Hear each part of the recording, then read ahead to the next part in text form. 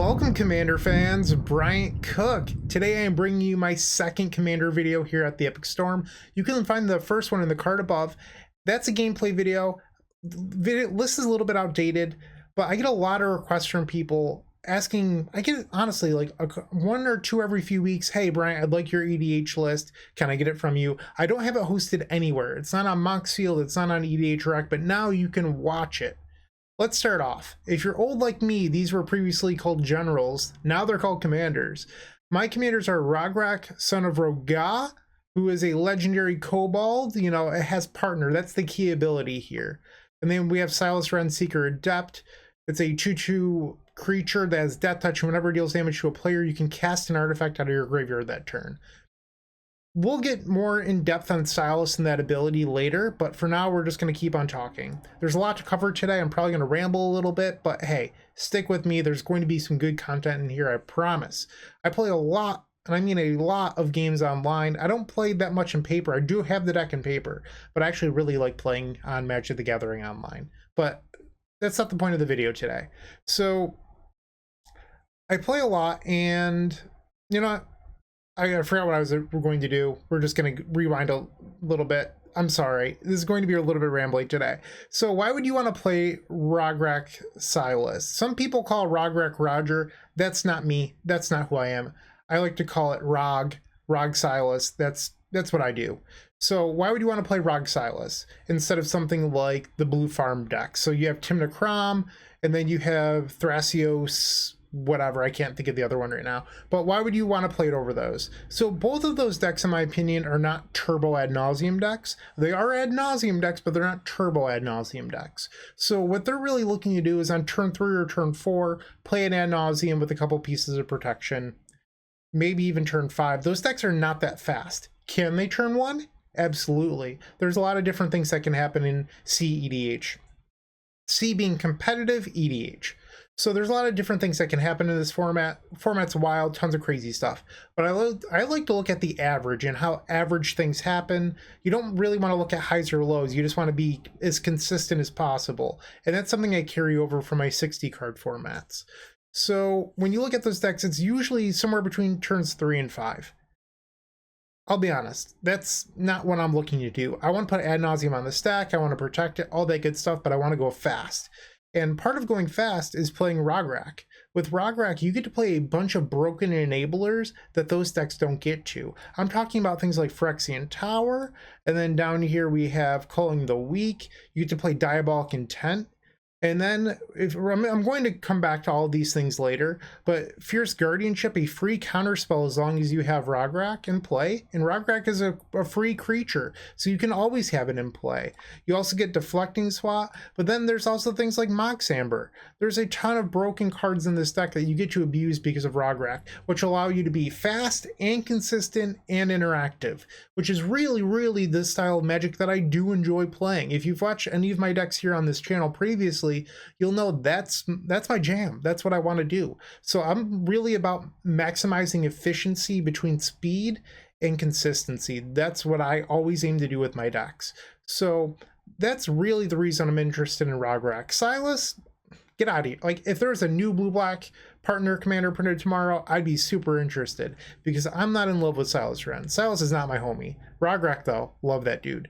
So I'm going to start off by talking about what's in the deck list, and then I have another screen preloaded with cards that, you know, didn't make the cut, or cards that I have thoughts about. So if you're watching this, you might want me to go in depth on something that seems really obvious. You can always put those in the comment section down below. I'm not going to make fun of you, or will I? So I'm not going to cover things like Dark Ritual and Mana Crypt. If you don't know why those are in a cEDH deck by now, I can't help you. I cannot save you. I'm not your savior. I'm here to go into the weeds on some of the more interesting inclusions with my decks and thoughts. So if you want to figure out why Lotus Petal is a good card, I'm sure there's other videos for you. They're just not here. Today, I'm going to get into the weeds on some, you know, more strange choices. I'm being a little bit repetitive at this point. I'm just going to keep it moving. So once again, I'm sorry if that's what you're here for. I'm not going to do that. All right. So obviously, like things like dual lands, fetch lands, those are great cards. You know, not a whole lot to say there. But then I have Blackleaf Cliffs right here. So I've been a part of several online communities where I ask questions about cEDH because I'm someone that really likes to study before I build my own deck list. I'll look at dozens and dozens and hundreds of deck lists online, probably even your deck list if you posted it somewhere and it's in an archetype that I'm interested in. I really go into the weeds. So Blackleaf Cliffs. A lot of people think that this card is bad because they have these preconceived notions about the format. There's these unwritten rules that you want to be playing 5-color lands and fast lands are bad, but they never think about why or in the context in which they make these statements. There's blanket statements that don't make any sense. I'm a deck that is looking to end the game almost every single game before turn 3. Tell me why Blackleaf Cliffs is a bad land then. If I'm doing my thing effectively, this card should never be an issue. Or even if it is, I'm a 27 land deck. Let's say the game goes till turn 6. I'm probably going to have 3 or 4 lands by then. I'm not going to be consistently hitting land drops on turn 6. So I think Blackleaf Cliffs is exactly what we want. There's no real drawback to it if we're doing the thing we want to be doing. And if we're not, we're probably in a losing position anyway. So I am a big believer in the fast lands. If you're not, that's okay. We don't have to agree on everything. But at least think about the style of deck that you're adding it to. It just irks me that when I talk to some people, they're just like, oh, fast lands are bad, cut those from your deck, without really thinking about why they're in there. It makes perfect sense in a turbo ad nauseam shell that you want to land without drawbacks that doesn't damage you on the first turn. Meanwhile, they're suggesting things like Tarnished Citadel and lands that make you lose life. I'm not interested in losing life in my deck where I want to consistently cast ad nauseam. So Blackleaf Cliffs is just makes a lot of sense. So speaking of fast lands, I do have Dark Slick Shores in here as well. So you'll notice that there's Dark Slick Shores and Blackleaf Cliffs. There's no Spire Bluff Canal. That's not an accident. There's also no Training Center in this deck list. So blue-black and red-black are the two primary things here. The reason why is blue on its own is more of a splash color in this deck. Like when you scroll through, yes, we have blue cards, but look at them. So they're all single blue. You get down here, single blue until you get to our win condition that we often cast off Lion's Eye Diamond mana. Down here, a pitch counterspell that you don't even cast for its mana 99% of the time. And then Force of Will. So you really only have one double blue spell in the deck that you actually cast, and it's Thassa's Oracle. And by the time that you cast Oracle, you're winning the game. So you don't need double blue. So you can often get by on single blue mana sources. Meanwhile, you do need double black for Ad Nauseam. You need triple black for Peer into the Abyss, and you need triple black for Necropotence. So black is at a premium in this deck, and that's not counting the black mana that goes into the tutors that you would be using to then search up those cards. So you sometimes might even need 4 black in a turn, and black mana is just at a premium. So there's no Spire Bluff Canal, no Training Center. We are valuing Rakdos lands and Dimir lands a lot higher. Moving on to City of Brass. So I recently picked up a nice one of these. In fact, you can find it in the short above, where I was super proud that I picked up a Japanese foil City of Brass. That said, and I'm going to sound insane here, I think it is currently, out of the 27 lands in the deck, the worst land. I know, it sounds insane, but I have this opinion that people overvalue gold lands in Commander, and specifically cEDH in 3-color decks. If you're playing a 4-color deck, it probably makes a lot more sense to be playing something like City of Brass. But here, it's not as good as Mana Confluence. I mean, they're pretty similar, but the tap on the city is not quite the same. Then you have lands without drawbacks like Command Tower. Exotic Orchard will often tap for 5. And then you have Gemstone Mine that don't really hurt you because your life total is at such a premium. There's some lands that are not included in here, like Forbidden Orchard, that are in my exclusions. I'll get to those later. If you're interested, you can jump ahead to those, but I'm going to keep going for now. So City, I do think, is out of the 27 lands still in the deck, it's probably the worst at the moment, but that's a sign that this mana base is rock solid in my opinion. All right, moving on. Command Tower is obviously broken. Exotic Orchard, as I mentioned, often taps for 5. It doesn't do anything on the play, but you're only on the play 25% of the time. So I think that's fine. I'm someone that really believes in using math and statistics in my deck building. If you've ever checked out my legacy spreadsheets, it's essentially fantasy baseball myself, and I really try to analyze all sorts of different things when I'm building my decks. And Exotic Orchard, just, you have to realistically look at it and go, how often are you going to have it is your only land when you're on the play? It's pretty small number. Meanwhile, you get a land without real drawbacks. So I think it's just a snap inclusion. Gemstone Caverns, you're on the draw 75% of the time. Exact opposite of Exotic Orchard. This card is bananas. It helps accelerate you too. We are Rograkh, Silas Turbo Ad Nauseam combo. This helps you turbo.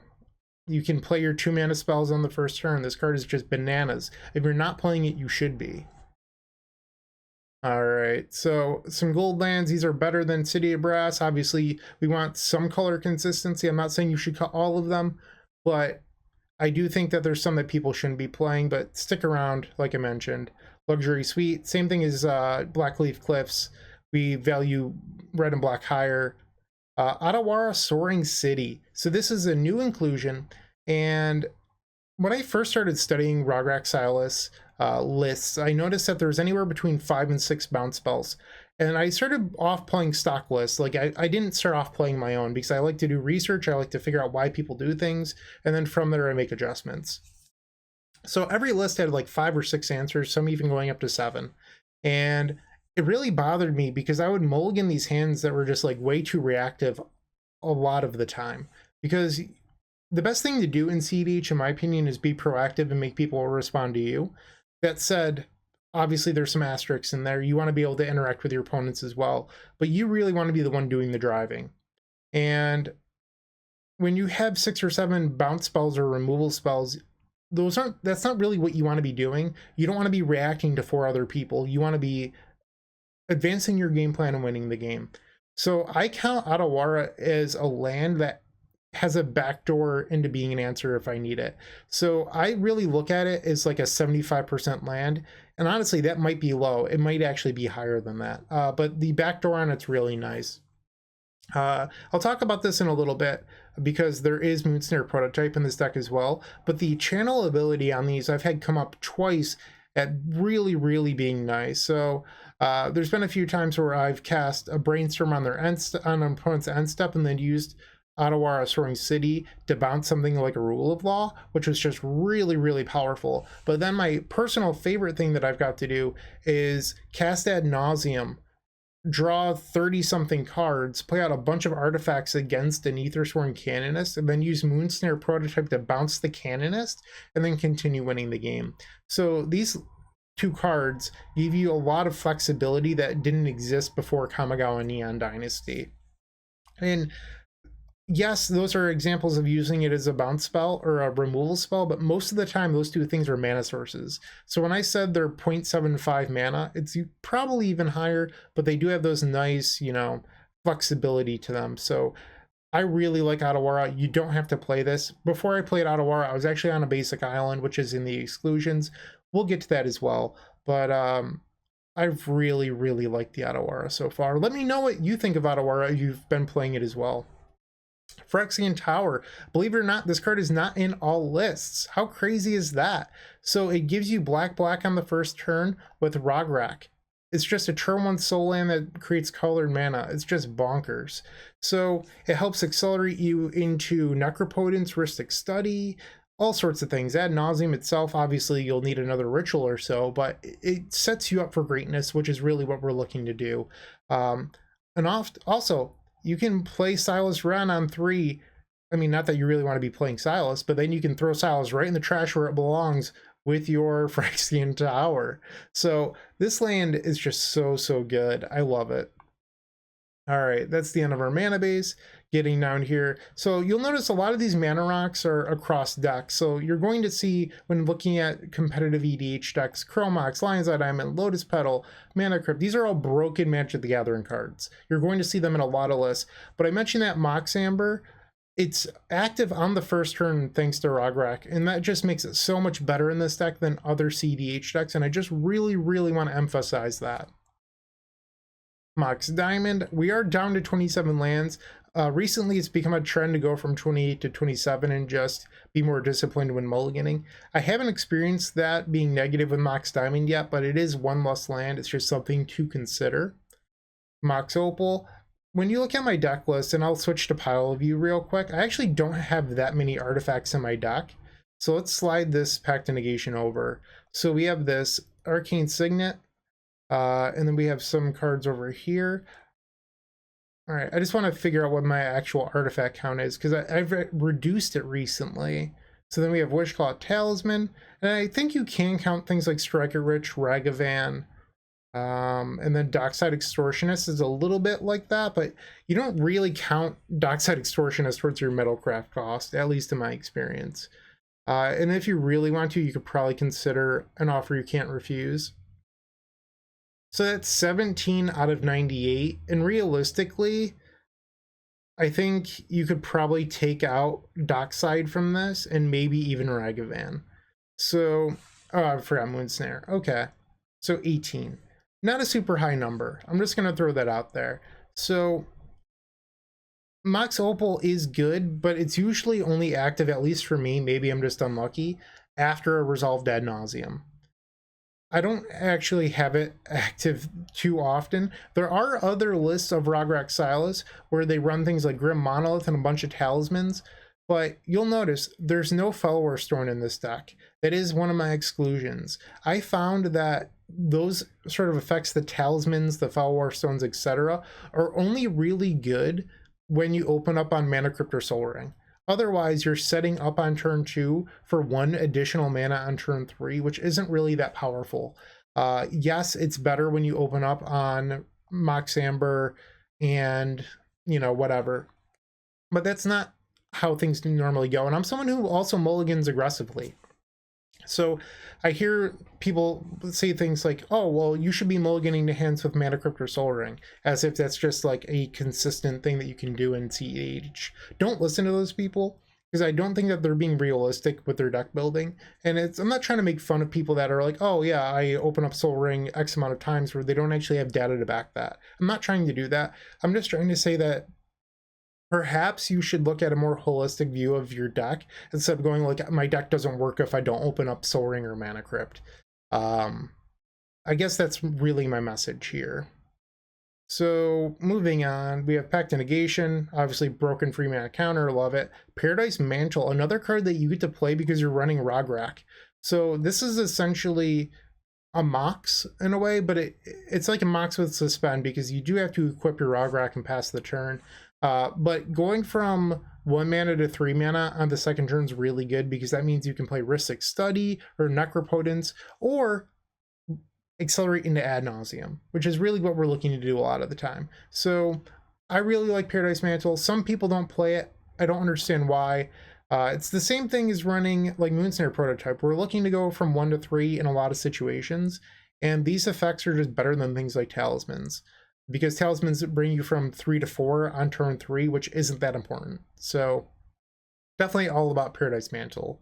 Same thing with the Springleaf Drum. Doesn't have Suspend, which makes it even better.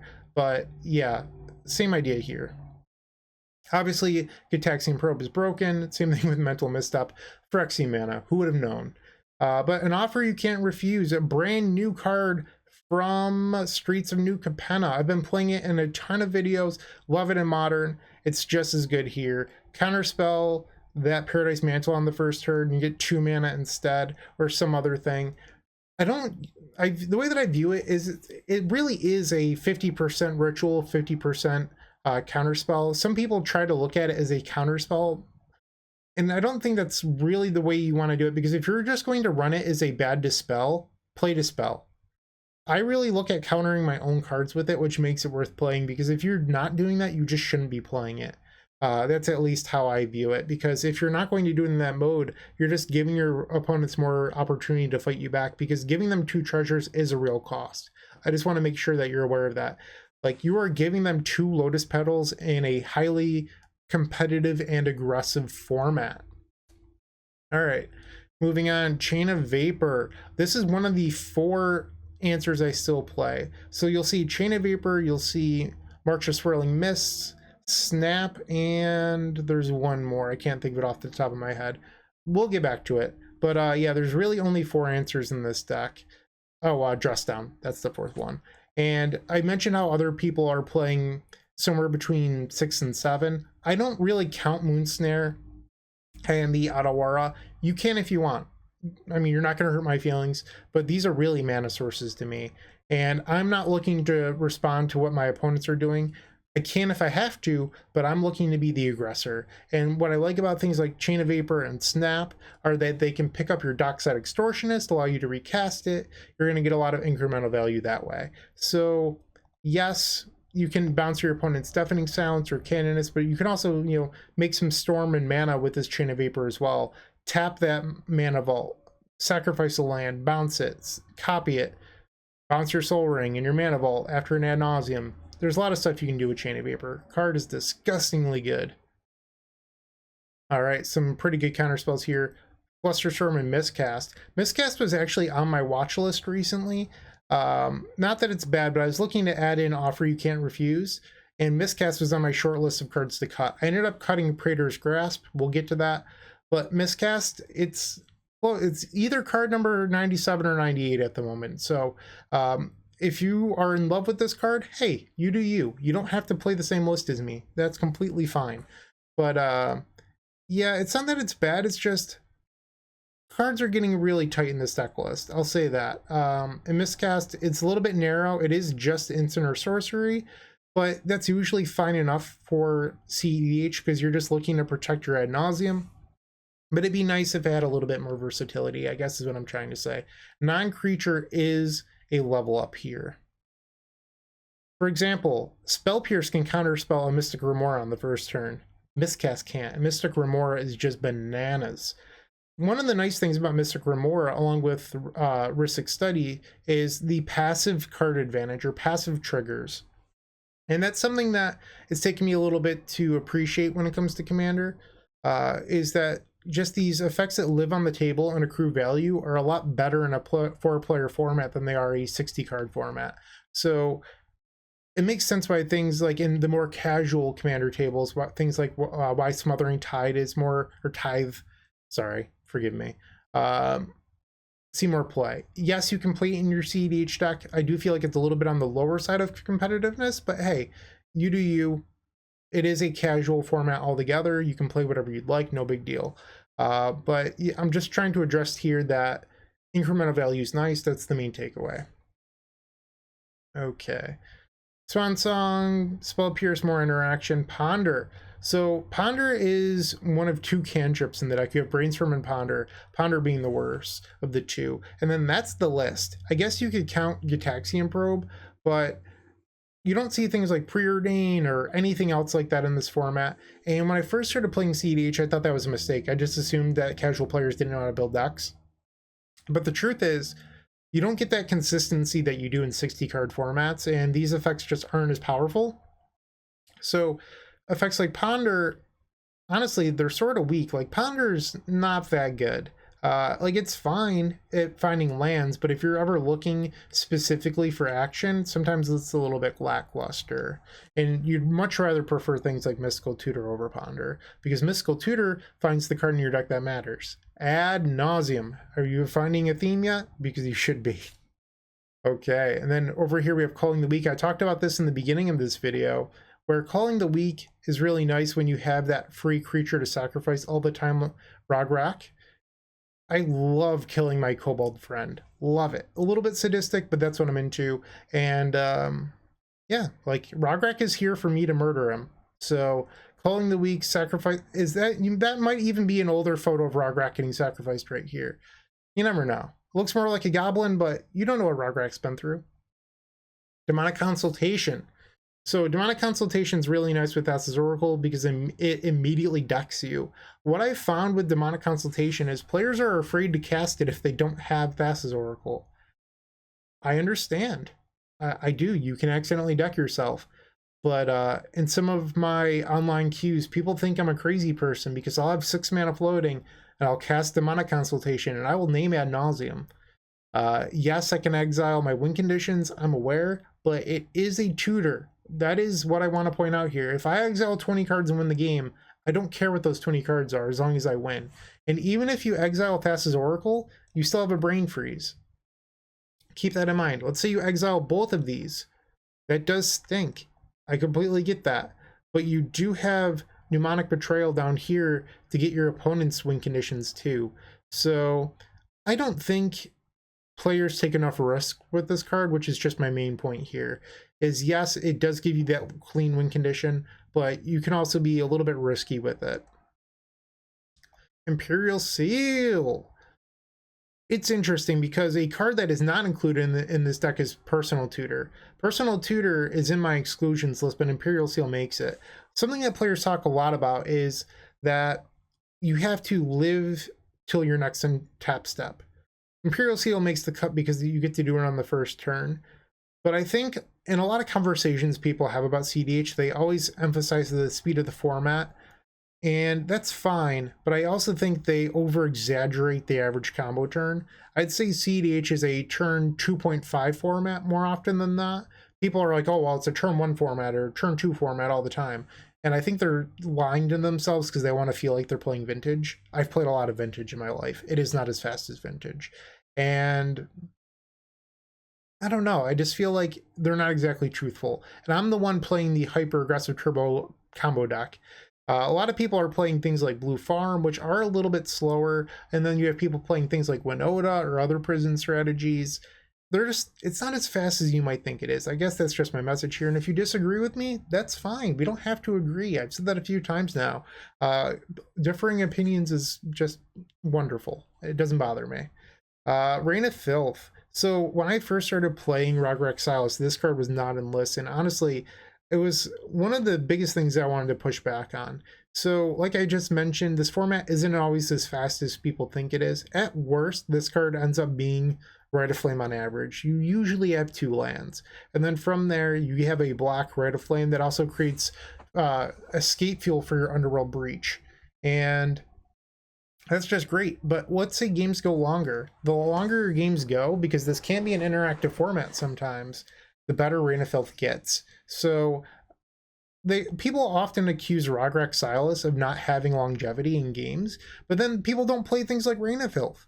So you'll notice here that in my deck, yes, I'm built to go fast and be efficient, but I also have backdoors into longer games. The knock that people have against Rograkh Silas is people say, well, there's no card advantage in your command zone. You can have that on repeat. It's like somebody programmed a bunch of cEDH players at some point with a drawstring, and like their automatic response to Rograkh Silas is, there's no card advantage in the command zone. That's like the only line people ever have against the deck, because Tymna Kraum has card advantage, same thing with Thasios, whatever. And I get it. You can play your 2-mana commander and then like get a card whenever you attack. Cool. I'm not interested in attacking. If I was interested in attacking, I'd be playing Goto Bandit Warlord. Okay, so yes, you can get a little bit of card advantage from the command zone at the cost of speed. And I think that's what's never discussed enough, is the downside of your deck being slower. Yes, you do get to play an additional color, but your decks are also slower. And being slower has a cost. So just want to throw that out there. Gamble. I use this card a lot post Ad Nauseam. Yes, you can cast it pre-Naus. I've done it before. But I think it's best post Ad Nauseam because this deck is really good at making red mana after Ad Nauseam, but sometimes it struggles to make non-red. So you can use Gamble to go get things like Underworld Breach or Lion's Eye Diamond to just close out the game. And it's just best post Naus in my opinion, because you also have a million cards in your hand. Infernal Plunge. So up here we have Culling the Weak. Infernal Plunge is the red version. You get 3 red. The thing that people always say about Infernal Plunge is there's no payoffs for it. And I do understand that, but even if it was a color, like let's say it was just add 3 colorless, that's fine. We just need mana to accelerate into Ad Nauseam. It doesn't always need to be black, and even if you're making red mana, that's red mana that still casts Jessica's Will, or something else, or Underworld Breach, Dockside Extortionist. So I think it making red mana is often understated because people act like it's terrible. Red mana is still highly desirable in our deck that is primarily red and black with a light blue splash. Just throwing that out there. Fire Blast, and Red Elemental Blast. Commander is a heavily blue format. If you're in any given pod, in my experience, there's usually 3 blue players and then some person that grew up on a farm. I'm sorry, that wasn't a blue farm joke. That was someone that plays Winota or some other non-blue deck. In my opinion, if you're going to play this format, it's because you want to do the broken things in life. Playing a prison deck or your mono green deck, you're not going to live up to the hype. There's probably some people I just upset right now. I'm sorry if I just hurt your feelings, not my intent, but those decks are not on the higher competitive tier of cEDH. I'm just looking to do the most broken thing possible at all times. I'm not trying to make fun of you, but your mono green Azusa deck probably isn't as powerful as Rograkh Silas or even Tin Macrom. Just throwing that out there. Yeah, so these are usually good when your opponents are playing blue cards. Ragavan, Nimble, Pilferer. So not only does it bring you to 1 to 3 on the second turn, which is a theme if you've been listening to this video so far, it also fixes mana. So by that I mean you can use it under Ad Nauseam turn, dash Ragavan, attack, make a colored mana with the treasure token, and then use your second main phase to win the game with it. And then in the second main phase, you can also sacrifice it to Infernal Plunge or Culling the Weak. So I just think people often don't view Ragavan in that light, and it can be used that way, which makes it really, really powerful. Strike it rich. You know, we just talked about Ragavan. Not quite as powerful, but we'll definitely take the treasure token. Once again, post Ad Nauseam, this converts a lot of red mana into double colored mana to often cast something like Thassa's Oracle, which is just really, really good. Playing your favorite combo deck in paper just got so much easier with the Epic Storm Mini Token Pack. You can pick one up at theepicstorm.com/shop for $13. It includes 64 double-sided mini tokens. That's 128 tokens total. And they include 10 black, 10 blue, 10 red, 5 green, 5 white, 3 colorless, 20 storm counters. That means that you can count your way all the way up to 20 for Grape Shot, everyone's favorite Stormwind condition, a Galvanic Relay Exile Indicator, 4 treasure tokens for Strike It Rich, and then 10 monk tokens for our vintage friends. It also has Slime Time Live, 8 Progenitor Ooze tokens with the power and toughness already built in to make playing in paper so much easier. No fumbling around with dice, we've got you covered.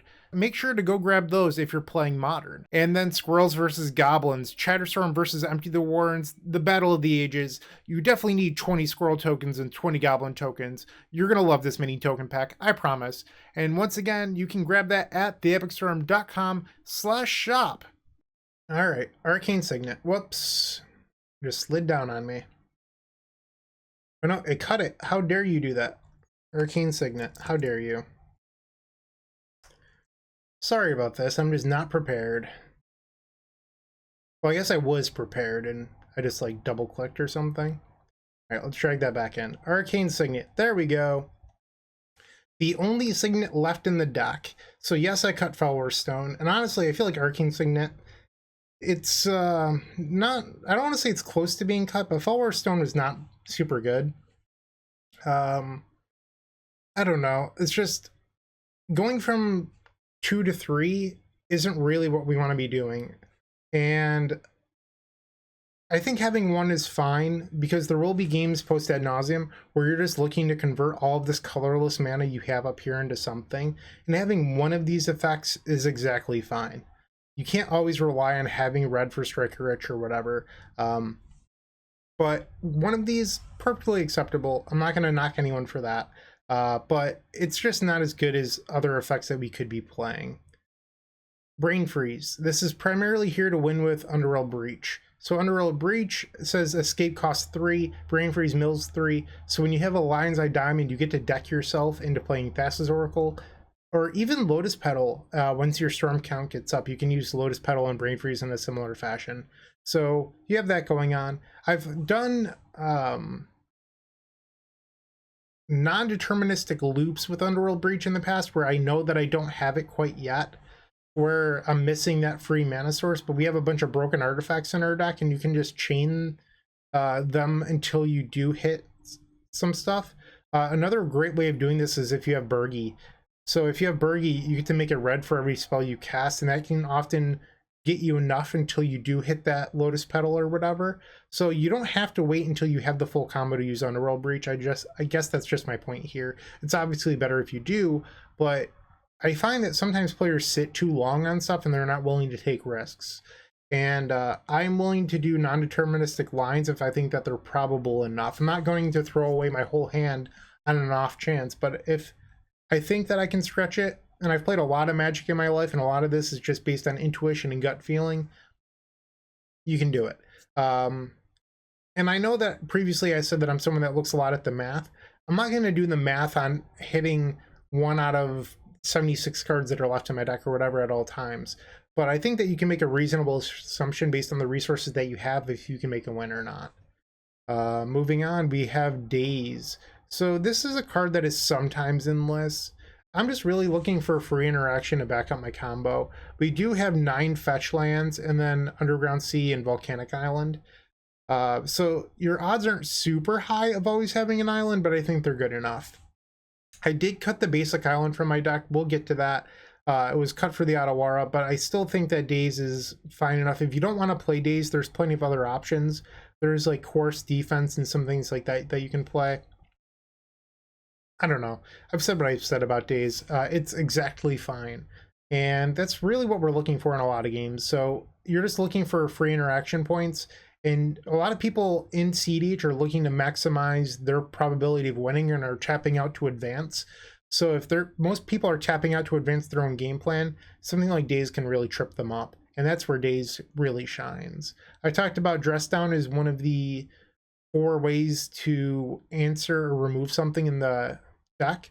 Well, you can't win with Thassa's Oracle when Dress Down's in play, so Chain of Vapor can bounce this so that way you can win. I just want to throw that out there, but this card's really great at beating multiple. So Thalia, Guardian of Thraben, plus Aethersworn Canonist, or an Archon of Emeria, plus something else. Dress Down being able to hit multiples is so good. All right, moving on, Ledger Shredder.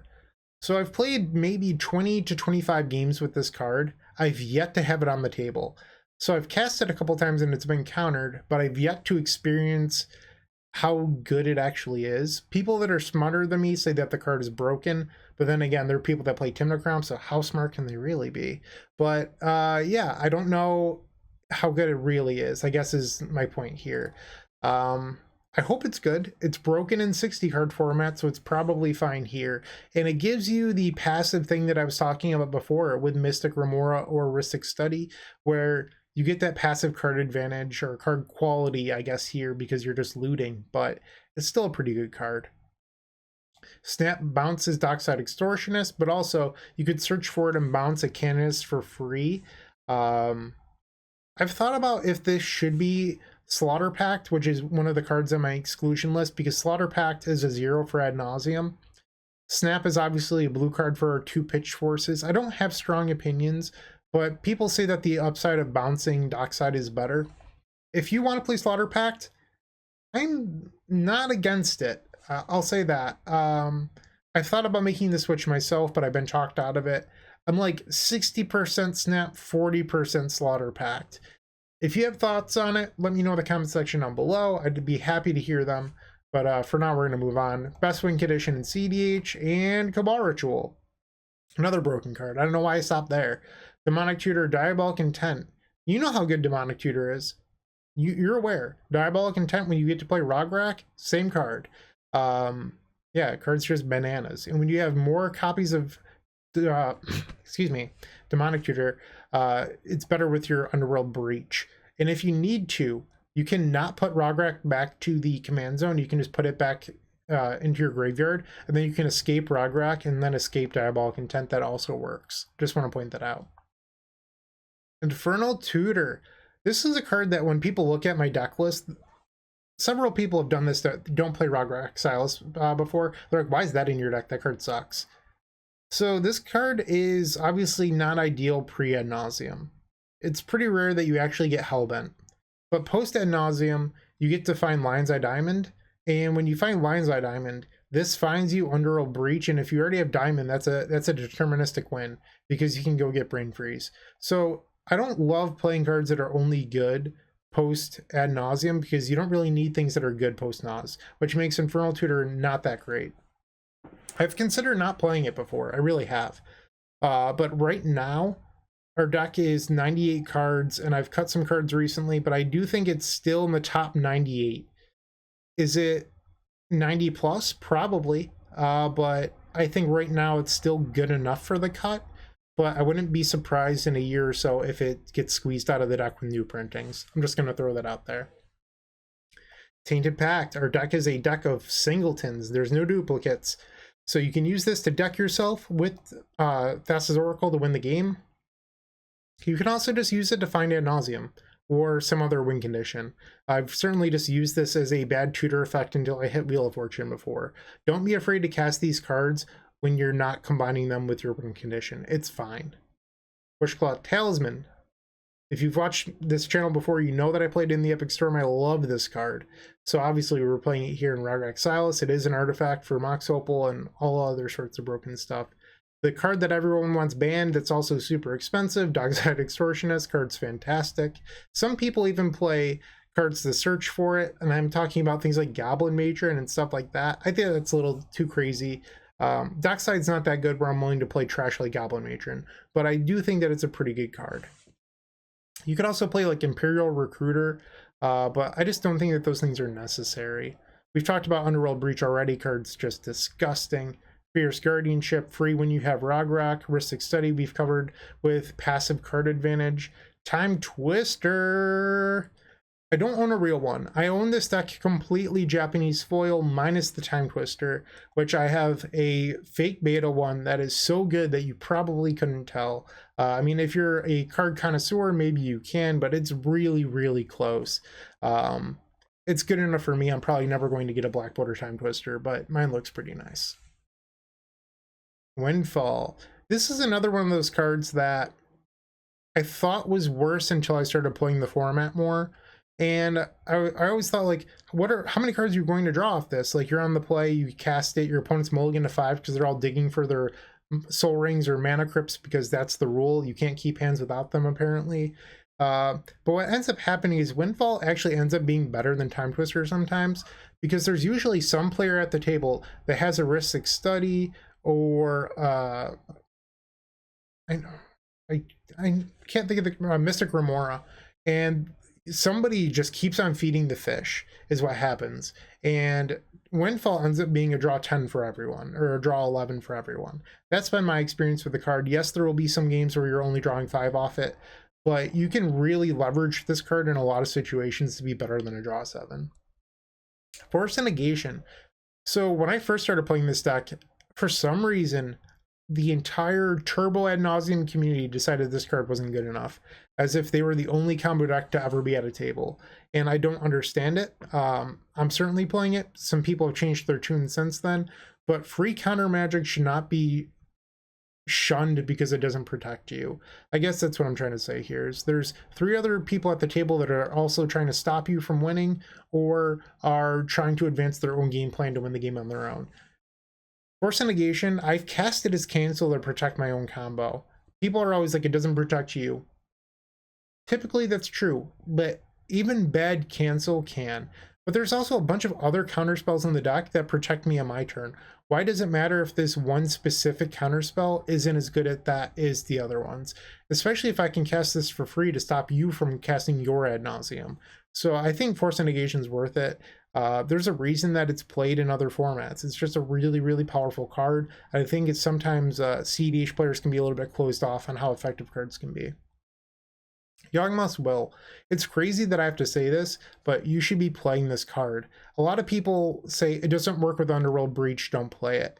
And once again, it goes back to the mentality, and I'm not trying to make fun of casual players here, but I think they're a little too short-sighted, where they only view cards in clumps, like, oh, Underworld Breach works with Brain Freeze. You don't want to play yAwGmOtH will because it stops that. But you don't have to win every game with Underworld Breach Brain Freeze.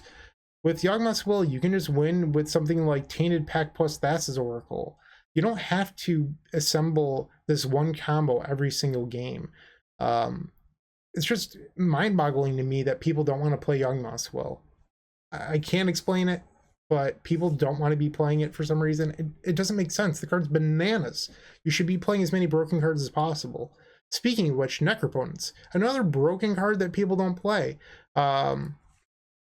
I am playing cards to make it better, admittedly. I am playing a Phyrexian Tower, but a lot of people don't play this because they say things like, oh, well, you don't want to pass the turn in this format. So you're always killing everyone turn 1 or turn 2, 100% of the time.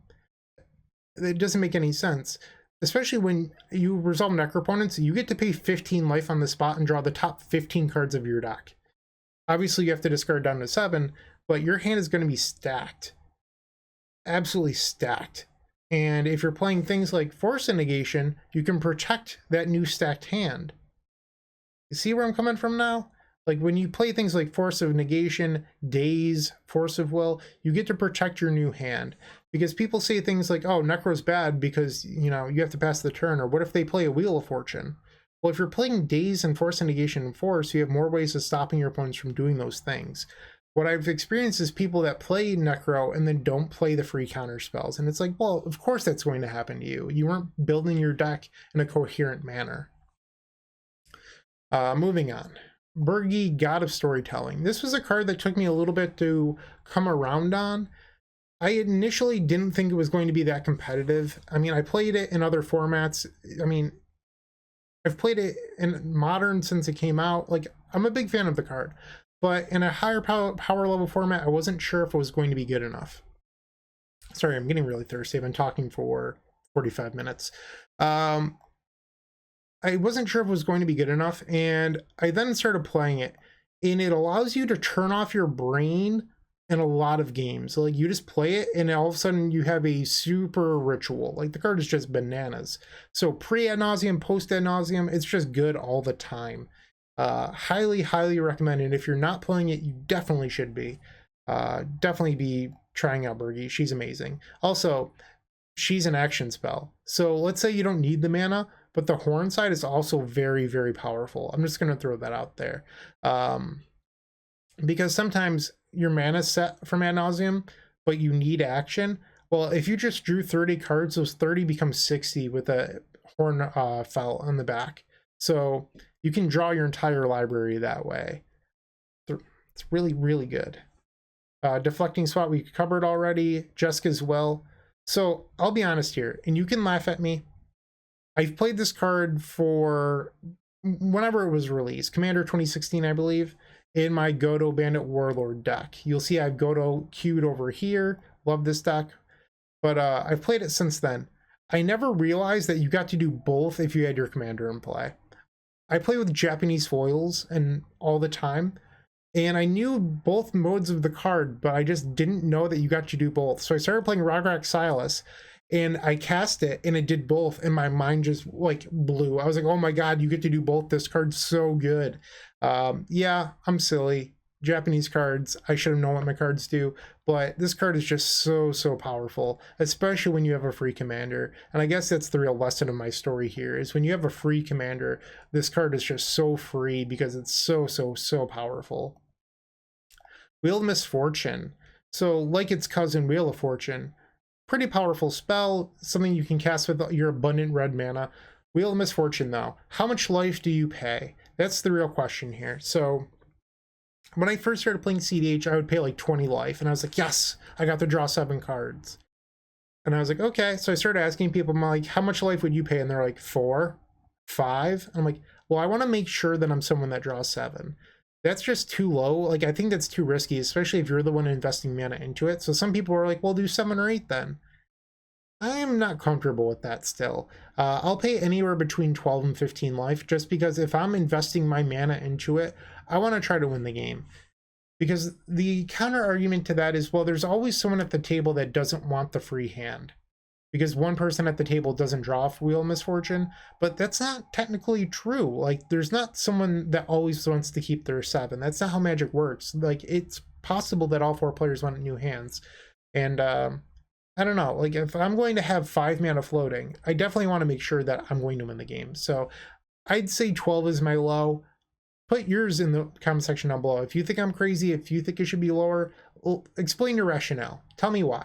Why am I paying too much life? Mnemonic Betrayal we covered already, with using your opponent's cards to win the game. If your Oracle gets exiled, which is something that can happen, you can brain freeze out your opponents and then kill them with their own win conditions. Mnemonic Betrayal is so good. Ad Nauseam, the namesake of the deck, Rograkh, Silas, Turbo Naz. We were looking to cast this and this very consistently. Yeah, cast powerful block spells. That's what you should be doing.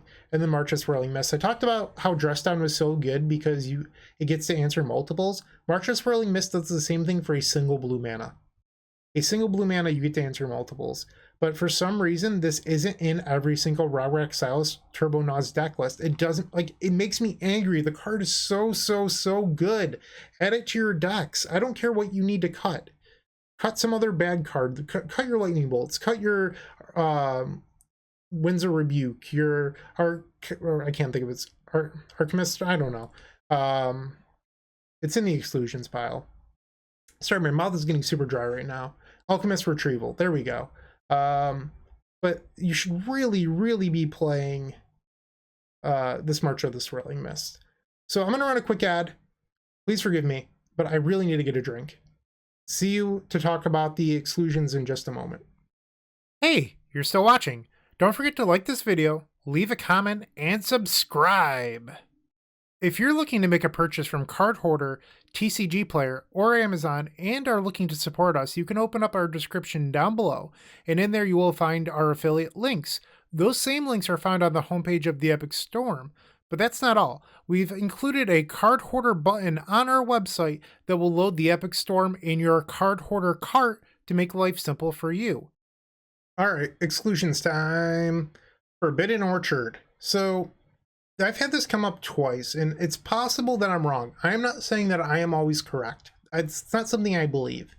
But Forbidden Orchard, everyone knows its drawback. You give your opponent a 1/1 spirit token, but in the meantime, you get set for a mana of any color. Rograkh Silas is a deck that is looking to win the game between turns 1 and 3 with backup. Usually single backup, not double backup, but single backup. Which means that if you give your opponent a 1/1 spirit, it attacks you for 1 on the first turn. And then second turn, you take another one, assuming you haven't tapped it and given somebody else a spirit. And then on turn 3, you know, whatever. So let's say you're the last player at the table, which can happen because you're not always on the play. So that means that you're giving your opponents 3 full turns to clock you with 1 spirit token. So you've given away 3 damage for a single mana. That's assuming you've only tapped Forbidden Orchard once. That puts it on par with Tarnished Citadel. Are you going to play Tarnished Citadel in your Turbo Ad Nauseam deck where you're looking to maximize your life total for Ad Nauseam? Probably not. But the counter argument to that here is, well, it gives you all 3 of your colors. I have other lands in my deck and other mana sources in my deck. I don't need a single land to always tap for 5 colors or 3 colors or whatever. I'm looking to draw as many cards as I can off my Ad Nauseam, and I can't risk lightning bolting myself because I wanted a blue mana on the first turn. It just doesn't make any sense. I don't think that this is any better than lands that are like, why is this better than a fast land? Like, because you can get all 3 colors? Cool. That third color isn't worth 3 damage in my eyes. It just doesn't make any sense. Yes, this is better in a 4-color list. We are talking specifically about Grixis, Rograkh, Turbo, Silas. I just mixed up the words there. Rograkh, Silas, Turbo, Naz. Forgive me. I've been talking for 50-something minutes now. Glimmer Void. So earlier I talked about the total number of artifacts in my deck. It was 18, but some of those include like Wishclaw Talisman, Ragavan, I don't know, Dockside Extortionist. That number is actually, when you count for Glimmer Void, it's really like 14, which just isn't enough to support this land. And I'd say that Spire of Industry is actually even worse, because Spire of Industry can't cast Strike It Rich or Moonsnare Prototype. So I'm not a big fan of these lands. Once again, tapping for all 3 colors isn't more important than just being consistent and no drawbacks. So I'd much rather play fast lands than these. The basics.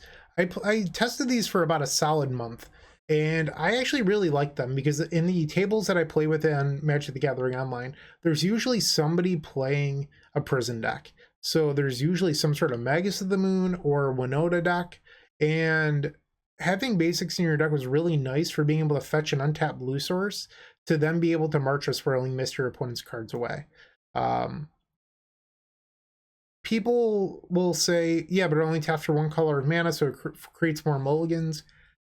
I never found that really to be the case, if I'm being honest. Like, I might have had one mulligan altogether, but the effectiveness of being able to beat Archon of Emeria and Blood Moon was just really, really nice. But the problem was that my basic island was eventually pinched out by Otawara, and the basic swamp was cut when I went from 28 to 27 lands. So they're not bad. I think they're really, really close. I'd actually put them over something like Training Center or Spirebluff Canal. But they're just not in my list at the moment. There's nothing wrong with playing, like, I love basic lands. They're great. It's just like right now they're not in my list. I'm sorry. Sulfur Vent is here, not because it's in a whole lot of lists. The idea behind Sulfur Vent here is this line here. Sulfur Vent enters the battlefield tapped. You'll notice in this deck list, Roger Silas Turbo Ad Nauseam is the deck name. There's 0 lands that come into play tapped. You can't play tap lands if you're trying to go fast. You're just going to end up time walking yourself, and that's not what you're looking to do. So no tap lands. That's the golden rule. Profane Tutor. This is a card that people often reference. They're like, oh, well, it's in the Codie deck. Why isn't it in here? I've played a lot of the Codie deck. I actually really, really like the Codie deck. I like Rograkh Silas a little bit more, but I do think that Profane Tutor's pretty good in that deck, being Codie. In Rograkh Silas, you suspend it on turn 2. It comes off suspend on turn 4. You have to live till turn 4. That's putting you in the range where the Timnachrom decks start to live. I don't really want to do that to myself, so I'm not going to play it. Yes, you can suspend it on turn 1 if you open up on Chrome Mox or Mox Amber, and I guess Mox Diamond. But now you're telling yourself, hey, I have to open this up with a mana rock in order to be good. There's plenty of cards in your deck that are already good if you open them up on their own, or get even better when you open them up on a mana rock, where this card's only good when you open it up with a mana rock, which isn't really what we want to be doing. Slaughter Pact, I talked about this over Snap. It's really close. It's one of those cards where if your deck was 100 cards without your commanders, it probably makes the cut. It's really close to being my deck list. I'm a big fan. It's also a 0 mana card that you can counterspell with an offer you can't refuse, which is kind of nice. Yeah. Aether Spellbomb. So this is a card I wanted to come back to. So Silas Renn is the other half of this deck, and let's switch back to this so you can see Silas Renn. So Silas Renn has this ability: whenever it deals damage, combat damage to a player, you can cast an artifact from your graveyard. Players really, really like to include these cheeky cards like Aether Spellbomb. They go, oh, well, I can draw a card and sacrifice it, so every time I deal damage with Rograkh, with Silas, I get to draw a card. That is living in a dream world. In what world are you playing a 3-mana card and then attacking and dealing damage and creating reoccurring card advantage over a course of a long game, and this just being something that happens over and over? That Silas is never getting in there. I've played so many games of this deck, and I can count on one hand the amount of times that Silas has hit the opponent. Like, it is not something that happens. It's slow, it's unreliable, people play Pyroblast, like, it's just not something that happens. So don't trick yourself into playing cards like Aether Spellbomb. It's just not good. On top of that, it doesn't answer Collector Roof. Like, you don't want to be playing this. Like, it's just not good. All right, top. So I have a long history of playing Vintage. In the summer of 2020, I was on an incredible hot streak where I won 3 Vintage challenges in a calendar month, on top of winning, like, I was also winning Legacy challenges at the time. Like, I was just on fire. But the point of this is that I was playing a lot of top alongside this card down here, Bolas' Citadel. When I first started looking at these Turbo Ad Nauseam decks, I was like, how are they not running top Citadel? Are these people idiots? Well, I started playing because, like I said, I like playing other people's lists first to understand why things are built this way and then making adjustments later. I got to playing and I realized that Citadel just isn't as good in the format where decks have 27 or 28 lands. And if you need a card like top to support it, for 1 more mana, you get to play Purity of the Abyss that doesn't need support. there's no real good way of cheating Citadel into play. If they gave us Tinker, Citadel would be bananas. We don't have Tinker. So without Tinker, I don't think this card's really worth playing. Yes, you could play something like Goblin Welder. I've seen Goblin Welder in lists before. And once again, I think you're getting too cheeky, because people that play Goblin Welder are also all in on the effects like Aether Spellbomb alongside Silas. And I think that's just not a consistent deck. Yes, you can do it. I just don't think it's good. All right, so Alchemist Retrieval. This is just one of those cards that has been pinched out. I actually think that this is fine. It bounces your Dockside for a single blue mana. You can use it to bounce your opponent's stuff if you cleave it for 2, so you get to save a life total on Ad Nauseam. It's fine. It's just that March of the Swirling Mist exists. Otawara exists. Sorry, I thought I was going to sneeze. Didn't end up sneezing. Maybe in the future. But Moonsnare Prototype, it's just this card's been pinched out. Just not quite good enough. In fact, I think I'd rather run Slaughter Pact than this. There's a lot of cards that are really, really close. If you're still playing this, kudos to you. There's nothing wrong with that. I think that this card is playable. And in fact, I think it's better than Winds of Rebuke that people still play. People play Winds because you can mess with your opponent's top deck tutors, but I think that's just a little too cheeky. Like, it's not something that happens frequently enough. But hey, to each their own. Concerted Defense. I've played this because it's always a Spell Pierce, assuming that you have Rograkh on the table. The problem is I kill Rograkh all the time. Rograkh, that dude does not live. It's just like he enters and I immediately hit him with a hammer. So this ends up being Force Spike a lot more than I wanted it to be. And some people say things like, well, maybe you shouldn't kill your Rograkh so often. Well, if I'm not going to kill Rograkh, why am I playing it? Right? Like, Rograkh's there to get murdered. So I don't love playing things like Concerted Defense in general. Dispel, yeah, it's fine. It's not bad. It's fine. I think that's all I have to say about it. If I could play 110 cards in my deck, I might make the cut. Yeah. Hydroblast. So this was a card I did look at for a little bit, just because I was experiencing a lot of Pyroblasts and Dockside Extortionists. I don't think it's good enough, but it's interesting to think about. I guess that's the best way of putting it. If you were a pure blue-black deck, it might make the cut, but as a Grixis deck, I think it's just short.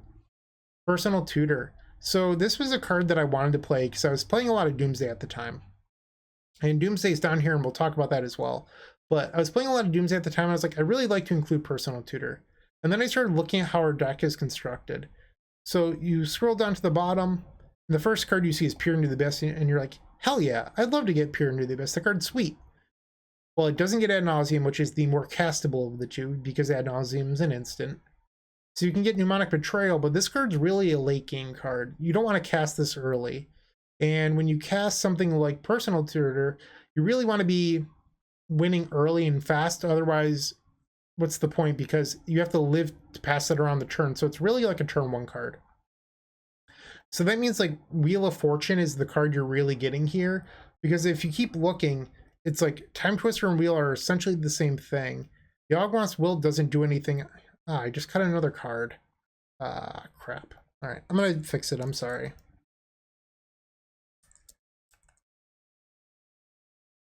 All right, it's back. But like, it's not a card you want to be casting on the first turn. I guess that's my point here. And if you keep going, you can get like a Demonic Tutor. But what's the point of spending 1 blue on turn 1 for a tutor if you're just going to get another tutor? There's just no real powerful sorceries that we want to be getting that are reasonably costed other than Peer. So I don't think that Personal Tutor really makes the cut. Doomsday is super powerful, but we'll get to why Doomsday isn't good enough in my opinion. Duress. So this is here to represent discard spells in general. I don't think they're competitive. So if you're someone that's playing Thoughtseize in your deck, I would reconsider. Or Duress or any other sort of discard. So you're playing a 4-player game and you want to target 1 player with the discard spell, and you're going to leave that information or that interaction point up to your other opponents. Like, it just doesn't make sense. At least when things are on the stack, you're causing people to tap mana. With discard effects, you're spending resources to affect your opponents, but like, they don't have to, they're not spending anything. They can just do their game plan. And on top of that, like, there's still 3 other people they get to do their thing. So with counter spells, if no one does their thing, you can stop the one person that does. I'm not doing a good job explaining this, but discard spells just aren't good. I'm sorry, I've been talking for over an hour at this point. You don't want to be playing them just because like the mana efficiency, and that's pretty much the big reason why. All right, looting. Looting is really a package with Mizzix's Mastery, and I've tried them both, and honestly, I was just really unimpressed. So the way that I viewed it was that Mizzix's Mastery is a way of flashing back Ad Nauseam or Peer after a failed attempt. But you can also cheat Peer into the graveyard with looting and then flash it back with Mastery. But this was just sort of one of those, like, you need the stars aligned for this to work. And is that consistent enough? And my answer is no. So I ended up cutting the package and just moved on. I still see it in a lot of lists, and I think that's fine, but I think it's on the cuter side of cEDH. There's varying levels of commander. There's your super casual people, there's cEDH people, and then there's the upper tier competitiveness of cEDH, and I'm really in that group where like people in some of the queues sometimes will join with like they're like Azusa decks that say they're cEDH, but like are they really? I don't know, maybe. And I think this is one of those like, I don't know, maybe your deck's competitive sort of cards. Overmaster. This card's really interesting because it's a card that protects your Ad Nauseam, and it's a cantrip if you need it to be. But what I found was that it just wasn't good enough. Because people go, okay, yeah, it resolves. Your Ad Nauseam resolves, and then like they'll gang up on you after. I don't know. Like, I just didn't think it was that good because you have to spend a mana to not affect your opponent's hands. Probably not doing a great job like this of describing the discard spells. Like you know what I'm trying to say here. But I just didn't find this card to be that effective. I did try it. I just didn't end up liking it. Defense grid. I think it's good if you win that turn because you're stopping 3 opponents for 2 mana, which is really nice. The downside is if you ever pass the turn with this, the person to your right's just going to kill you. Or your left, I don't know. I'm tired. Please forgive me. The next person on the table is going to murder you, okay? That's my point here. So I don't think it's good enough. In fact, like I'm almost to the point where I've considered cutting it from Godo, but Godo has so much colorless mana that I think it's fine there. I just don't think this card is as good as I thought it was when I first started playing it. Fellwar Stone, I've covered this already. Grinding Station's another card to make your Underworld Breach combo work. You pretty much only use Breach to hit your Brain Freeze, and then you can use Brain Freeze in order to win. So you can just Grinding Station your entire deck down to the Oracle. So you mill your entire deck with like a Mox Opal or whatever you want to use, maybe a Lotus Petal, and then eventually you flash back the Oracle. But it's not a good use of Escape because you end up breaking even over and over, where with Brain Freeze you can accumulate resources, so that way you can also have like triple backup by the time you played the Oracle. I just don't think that this card is that good. The reason that people play it is they say, well, your deck's really good at making red mana post Ad Nauseam. Well, yes, that's true. And they go, well, with the colorless mana, you play Grinding Station, so now you have Grinding Station plus Underworld Breach, which is a convincing argument. The problem is that if you draw this card pre-Ad Nauseam, it is literally dog doo-doo. It's just another one of those like, hey, I have a deck full of A plus B combo pieces, and I'm not interested in a deck with a bunch of just moving parts that don't work together. It's just like you have a bike part that goes to a completely different bike. I'm not interested in that. So yes, you can play a bunch of like A plus B combos. I don't know. I'm just not interested in that personally. You can do it. I'm not interested in 2-card Monty. That's the end of it. Pented Prism. This is a card I think is actually slept on. I tried to convince the Turbo Ad Nauseam Discord to start testing this with me, and very few people did.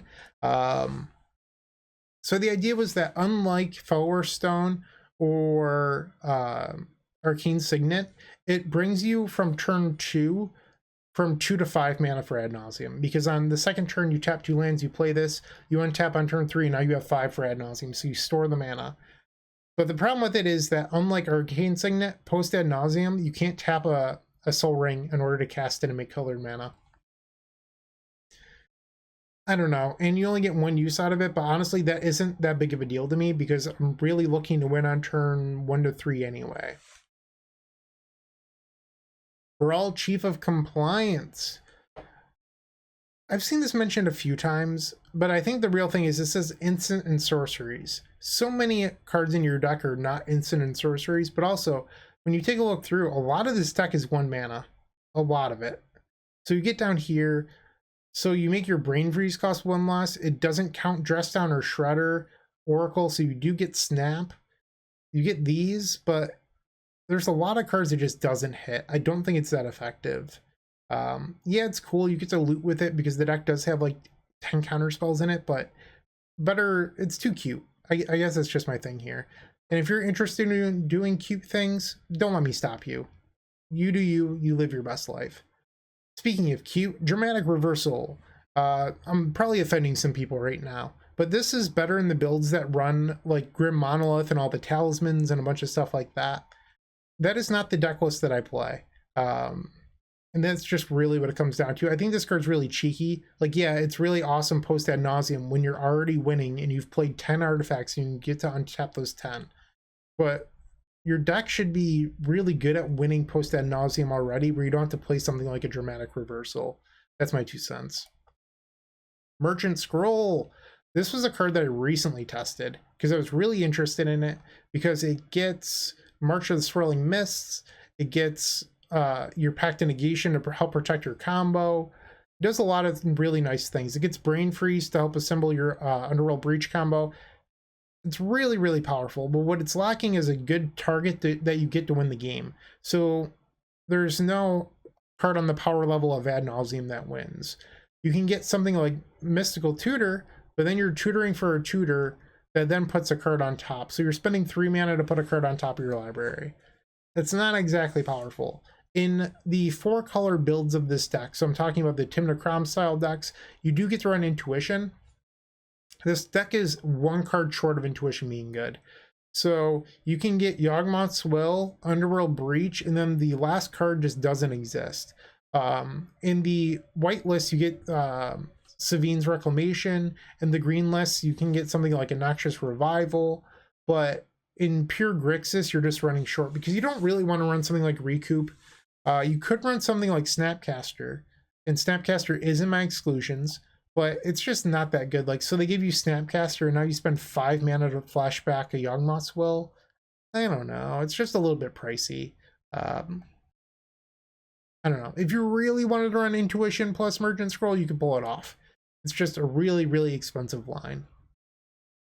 Phantasmal Image. I love this one. Not because I think it's good. And they're like, oh, well, I'm going to copy my opponent's Dockside Extortionist. Yeah, that's what you're going to do with this card? You're going to copy your opponent's Dockside Extortionist. So in this hypothetical world, you think you're going to live long enough after your opponents resolve the Dockside Extortionist, huh? That's what you think? Oh, that makes me laugh. Talk about a pipe dream. Yeah. If that's what you think is going to happen, good luck. Yes, in theory, you can copy your own. I mean, sure. But like, if you've already resolved your own Dockside Extortionist, you should be winning the game. Like, there's no world in which you resolve Dockside Extortionist or your opponent resolves Dockside Extortionist and the game doesn't end. Like, if that's the case, somebody messed up. Like, it's just not realistic. Counterbalance. I talked about passive triggers and how they're good. I think Counterbalance is the exception to the rule.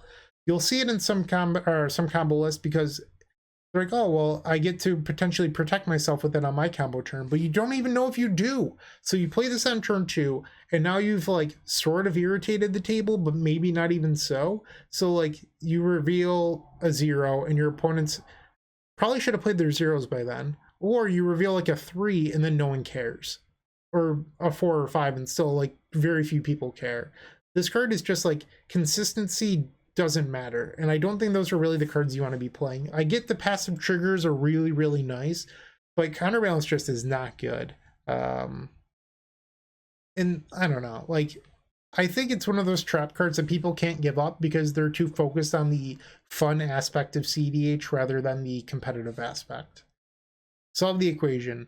So I guess it's been driven into me at this point that 3 mana counterspells are not good enough. 3 mana counterspells are not good enough. I hear this all the time. And I think Solve the Equation's really, really close, but just not quite. The fact that it gets Ad Nauseam to your hand for 3 mana is obviously super nice, but I'm also a list that plays 3 pitch cards. So I have Force of Will, I have Force of Negation, and then I have March of Swirling Mist. Being a blue pitch card on top of being a card that puts Ad Nauseam to my hand is sort of desirable. I think that Solve the Equation, it might be good enough to be the first 3 mana pitch card, or I'm sorry, first 3 mana tutor to make the deck. It's still not in there. This might be better than Infernal Tutor. I'm just throwing that out there. It could be better than Infernal Tutor. I'd be interested in your thoughts. I think that people are sleeping on this card. I often hear it compared to Grim Tutor, but Grim Tutor's double block on the combo turn, which is very different from 1 blue, especially post Ad Nauseam. It doesn't pitch and it causes you to lose 3 life, which is very different in your Ad Nauseam deck. I've been emphasizing in this video so far about how you want to maximize Ad Nauseam. Solve the Equation helps that. Yes, I understand it's a 3 revealed. It's not lost on me, but I think that this card is better than people think. Unlike Merchant Scroll, there's no in-between with like Mystical Tutor. It's just this goes directly to your hand. Maybe I'm wrong. Tell me why. Praetor's Grasp. So this is a card, I own a Japanese full signed one. Just throwing that out there, I like this card. This is a card I wanted it to be better. The idea is that you can remove your opponent's Ad Nauseam, your opponent's oracles, and you can cast it later. Or what if your oracle gets exiled? It gives you a backup oracle. I played so many matches of cEDH. None of that mattered, ever. Like, it's all pipe dream, like, what if scenarios where I think players like having outs to everything in Magic because it makes them feel smart that they can play to anything. But when they actually like sit down and think about it, there's these lines that they have outs to that just don't exist and that never come up, or they come up 1 in 1,000 matches, and they should just cut those because they have more consistent and better decks if they did. And that's where Praetor's Grasp comes in. Doomsday. So when I first started making edits to my deck list, because I played other people's deck lists and I was like, you know what, I'm going to add in Doomsday. I feel like I've got a pretty good grasp. Should be, I don't know why that happened. I just decided to mute. Maybe that'll go away. I don't know. I said the word Doomsday and all of a sudden my computer mutes. That's not a good sign. But I wanted this to be better. But I think the problem with Doomsday is that you have to play bad cards in your deck to make it work. So when you look at the deck list, there's really nothing that works. Come on, computer, go away. I don't know. This is the first time in my life this has ever happened, where the mute symbol won't leave. Okay. I don't know. All right, I'm just going to ignore it. I'm sorry. This is going on way too long. We're at an hour and 18 minutes right now. What was I talking about again? Oh, Doomsday. So like, there's no Consider, there's no Ideas Unbound, there's no Street Wraith. You're not allowed to play Edge of Autumn. So if you're going to add these cards in, what are you cutting? Like, that's a legitimate question. So you're going to cut Windfall to add room for Ideas Unbound? Or Street Wraith, a card that's a 5 mana reveal to your Ad Nauseam? I think that's where Doomsday lacks. When you talk to people about Doomsday, they go, oh, well, you're not allowed to pass the turn in cEDH, you'll die. Well, you can Dark Ritual Doomsday on the first turn. You're expecting to die from 20 life? I don't think that's realistic. Like, people say stuff like that, like, oh yeah, you're gonna die on turn 1 in cEDH. Like, yeah, cEDH, it's a turn 1 format, you feel cool, but that's like not realistically what happens. Yes, it can happen. I'm not saying that's impossible, but on average, that is not the case. And I build my decks for the average case scenario. So I think what really is the issue is that the support cards are not good enough in cEDH. Consider's not a cEDH power level card. Ideas Unbound isn't either. Street Wraith is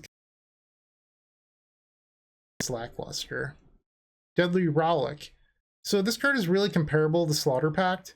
So what I like about this is that you don't have to pay the upkeep tax on Slaughter Pact, which is really, really nice. I love that, and it's completely free because you have Rograkh as your commander, so that makes it even better. But being a 4 to your Ad Nauseam for a removal spell is just so bad. Like, I want this card to be good, but you can only afford to play so many expensive cards in your deck. And I'm someone that added in this Force Negation, so I increased my count here. I increased my count with the Necro. I increased my count with Birgi, because these are cards that people, before me at least, did not play. Or when I was studying lists, you would see some of them in like one list, but you rarely ever saw all three. And I just added them all to my deck. So I think adding this in, you're just pushing your count too high.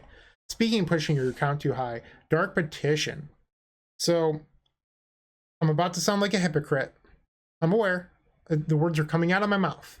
But Dark Petition.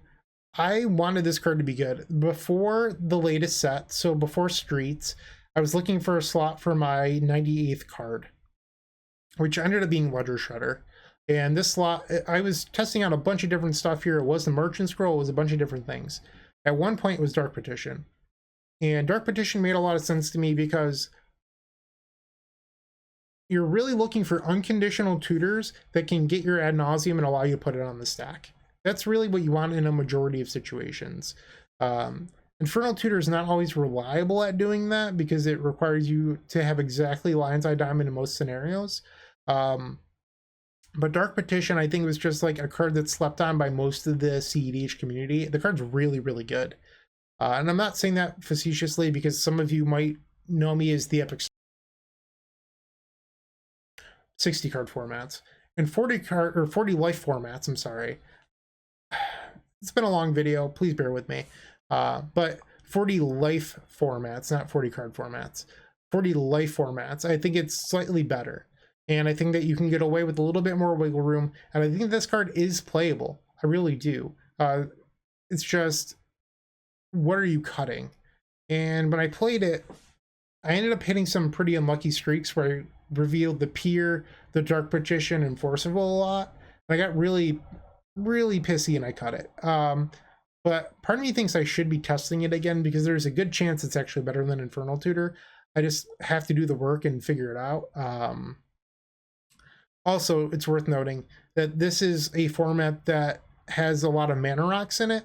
I did have a couple scenarios where I actually couldn't get the spell mastery. In Legacy, the mana rocks don't exist, so your mana is really Dark Ritual and Cabal Ritual, sometimes Rain of Filth. You do have Lotus Petal and Lion's Eye Diamond, but that's pretty much it. So you'll almost always have spell mastery.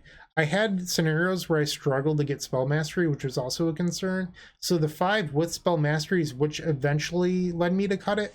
But I think that this is a card that's worth testing again. If you disagree, that's completely fine. Let me know why you think in the comment section down below if I haven't covered it. Alright, so I've been ranting for an hour and 20 minutes now. I'm tired of talking. My mouth is dry. I hope you enjoyed this way too long deck tech. Thank you for watching, especially if you made it this far. It's okay if we didn't agree on everything. You won't hurt my feelings. Take care. Keep storming. Hey, Bryant Cook here. I hope you enjoyed this video. If you did, please like and subscribe, but also follow the social media channels down below. If you want to support this content directly, I would recommend going to theepicstorm.com/shop. And if you need a little bit of assistance with the Epic Storm to get to that next level, I would recommend going to theepicstorm.com/tutoring. Don't worry, there's more great content coming right up.